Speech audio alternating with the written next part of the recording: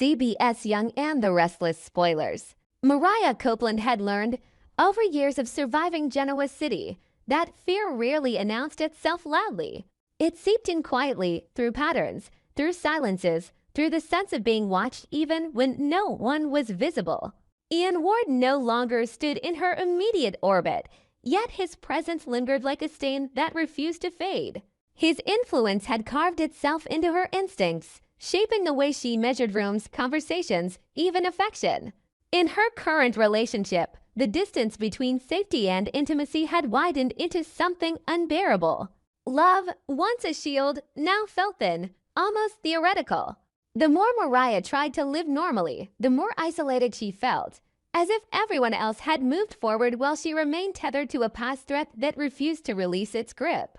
That loneliness sharpened her attention, made her hyper-aware of danger, and pushed her toward choices she once would have rejected without hesitation.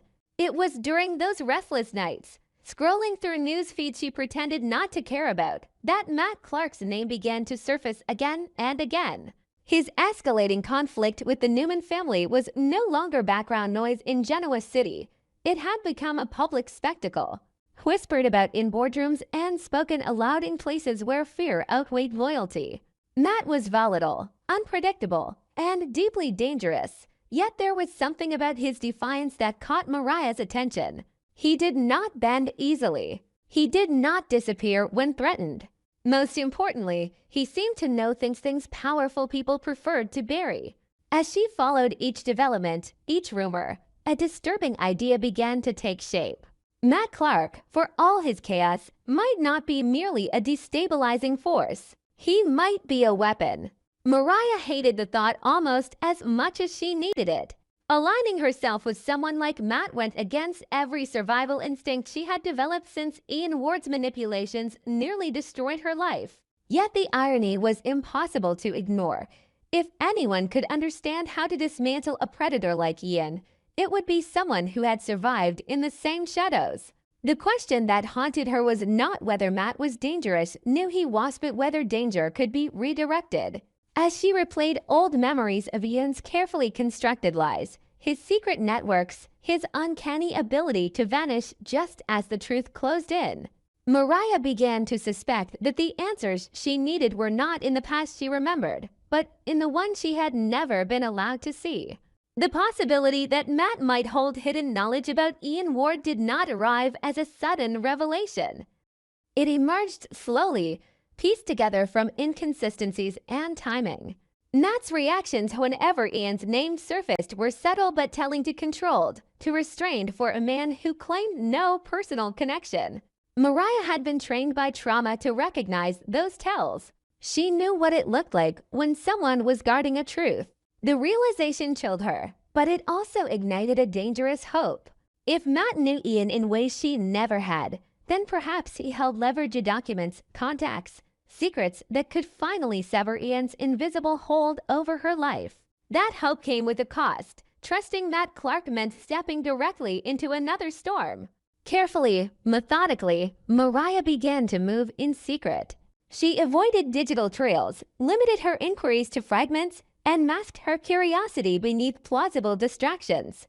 Every step she took was designed to evade notice, not just from Ian's remaining allies, but from the people who cared about her most. She understood that if they knew what she was planning, they would stop her, and she was no longer certain she wanted to be stopped. Through encrypted channels and indirect contacts, she searched for a way to reach Matt without exposing herself. Each dead end heightened her resolve. This was not recklessness. It was strategy born from desperation. When she finally found a secure method of contact, Mariah did not hesitate. The message she sent was short, coded, stripped of emotion, and deliberately vague. It did not threaten or plead. It proposed a conversation, nothing more, framed around mutual benefit and shared enemies. She expected silence or rejection. What she did not expect was the delay. Hours passed, then days, each one amplifying her anxiety. Somewhere, Matt Clark was deciding whether she was bait, a liability, or an opportunity. That uncertainty was almost worse than fear. Matt's initial reaction was suspicion, exactly as Mariah had predicted. He had survived too long by trusting no one, least of all someone connected, however loosely, to the Newman sphere. Yet her message unsettled him. There was precision in her wording, a familiarity with danger that could not be faked. More troubling was the implication that she knew enough to make the offer credible. Curiosity, his most dangerous weakness, began to override caution. If Mariah Copeland was reaching out from the shadows, then she was either far more desperate than anyone realized or far more informed.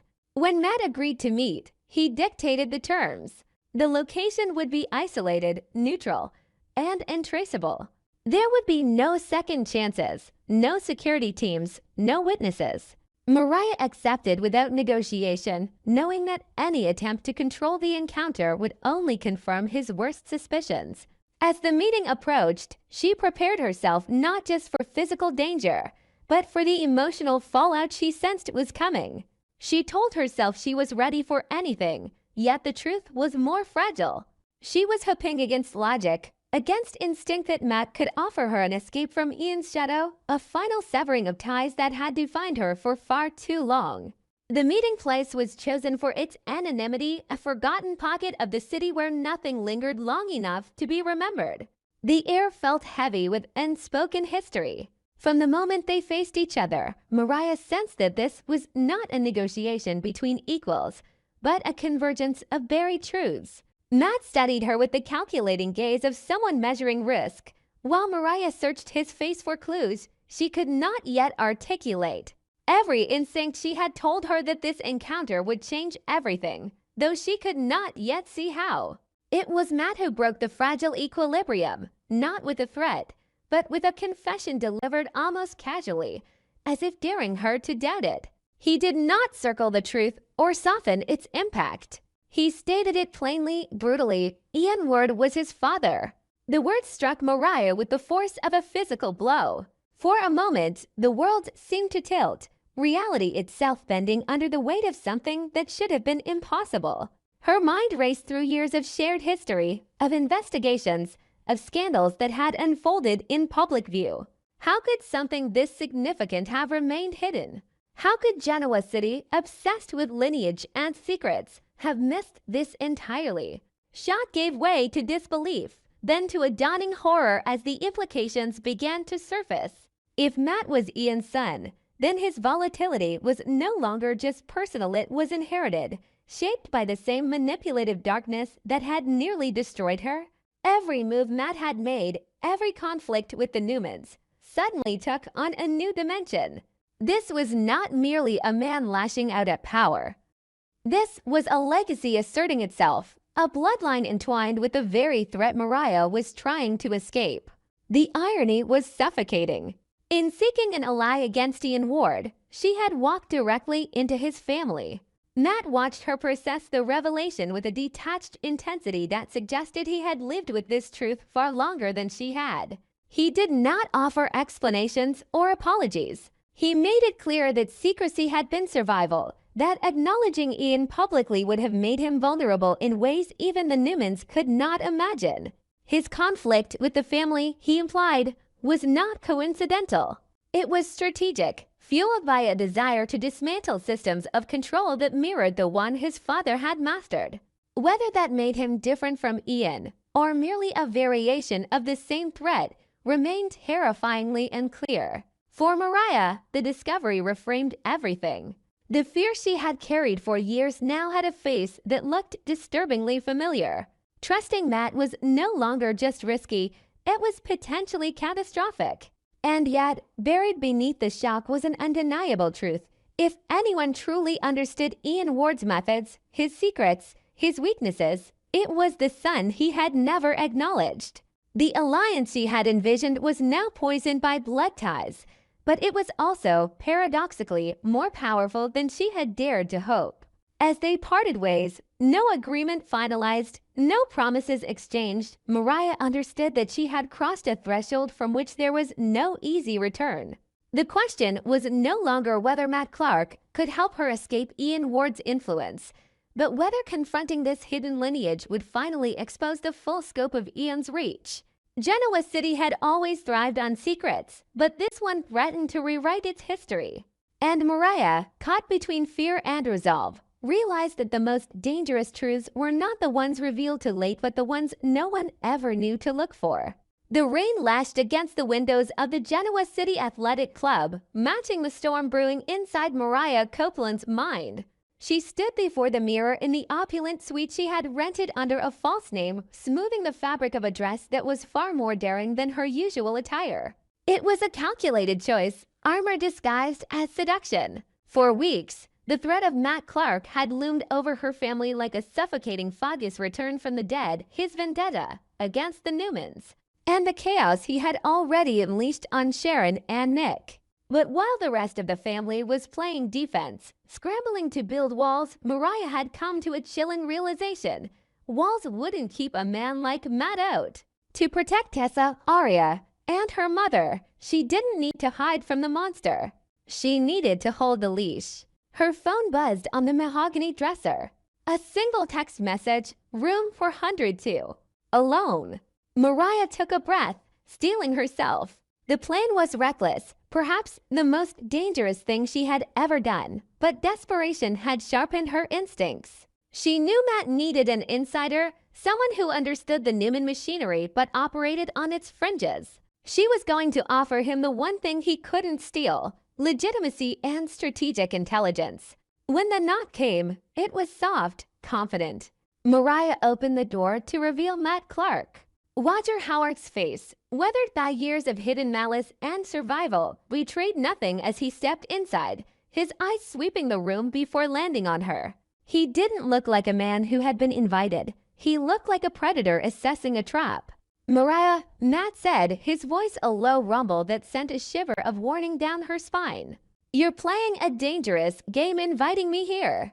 Your mother would have a stroke if she knew. My mother isn't here, Mariah replied, her voice steady, cutting through the tension. She walked to the small bar cart, pouring to drinks with a hand that refused to tremble. And this isn't about her. It's about survival. Yours and mine. She turned, extending a glass of scotch toward him.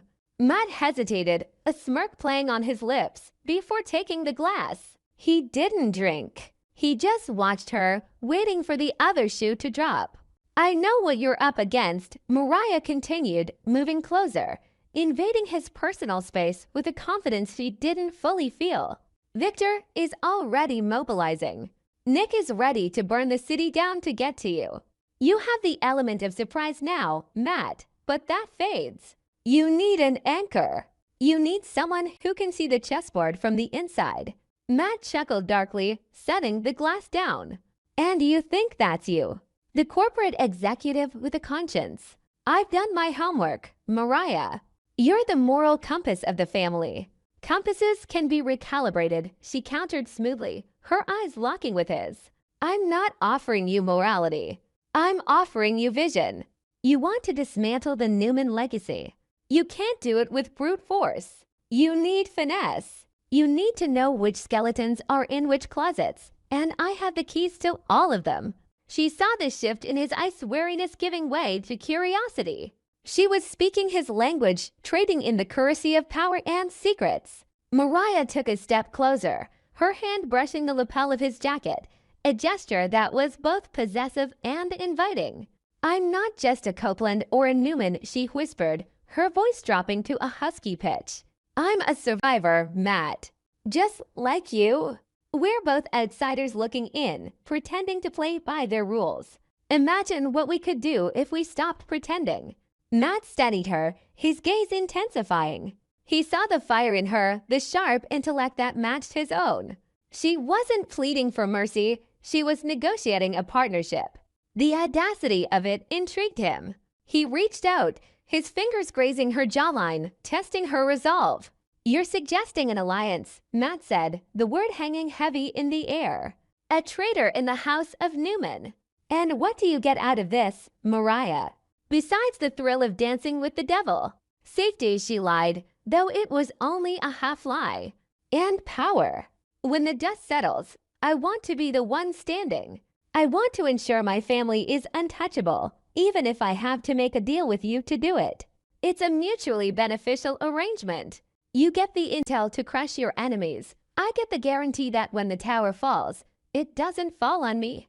The logic was cold, precise, and seductive. Matt felt a surge of admiration. He had expected fear, perhaps a clumsy attempt at entrapment, but this was ambition.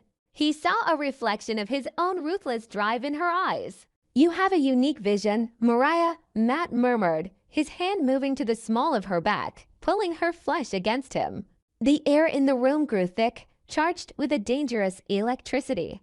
I can use someone with your talents. Then use me, Mariah challenged, her heart hammering against her ribs as she tilted her head back. The kiss was inevitable, a collision of adrenaline and calculated desire. It wasn't born of love, but of a dark, shared understanding. As Matt's lips crashed against hers, Mariah didn't pull away. She deepened the contact, her hands tangling in his hair, cementing the pact in the only way that felt irreversible. In the dim light of the hotel suite, the lines between enemy and lover blurred. She was no longer just protecting her family. She was stepping into the abyss, binding herself to the man who threatened to destroy them. The night passed in a blur of shadowed intimacy, a physical sealing of their treasonous contract. Every touch was a promise of loyalty she wasn't sure she could keep, every whispered word a lie she had to believe in the moment. Sunlight filtered through the heavy curtains the next morning, harsh and unforgiving. Mariah woke first, the tangled sheets a stark reminder of the line she had crossed. She sat up, pulling the duvet around her, her breath catching in her throat as she looked at Matt, still asleep beside her. The triumph of the night before, feeling that she had successfully tamed the beast again to curdle into a cold knot of anxiety in her stomach. She had done it. She had infiltrated his world, gained his trust, and secured a position at his side. But at what cost? Mariah slipped out of bed, moving silently to the window. Below, the streets of Genoa City were waking up, oblivious to the shift in power that had occurred in this room. She caught her reflection in the glass, her hair disheveled, her eyes haunted. She looked different. She looked like someone who had sold her soul. The reality of her situation crashed down on her. She was now a double agent in a war that had no rules. Matt expected her loyalty. He would demand her help in striking against Nick and Victor. If she faltered, if he sensed even a flicker of betrayal, his retribution would be swift and lethal. And the common enemy, the looming threat of the Newman machine that she had used to justify this alliance, would show her no mercy if her treachery was exposed. She was trapped between the man in her bed and the family she had sworn to protect. Matt stirred behind her, the rustle of sheets sounding like thunder in the quiet room. Regrets already. His voice rasped, sleep heavy but sharp. Mariah turned, masking her fear with a practiced smile. Strategy, she corrected, walking back toward him. Just planning our next move. But as she looked into his eyes, seeing the possessive gleam there, Mariah Copeland knew the truth. She had walked into the lion's den and closed the door behind her. The alliance was forged, the price was paid, and now the real danger was just beginning. She had gained a powerful weapon, but she wasn't sure if she was the one aiming it or if she was the target.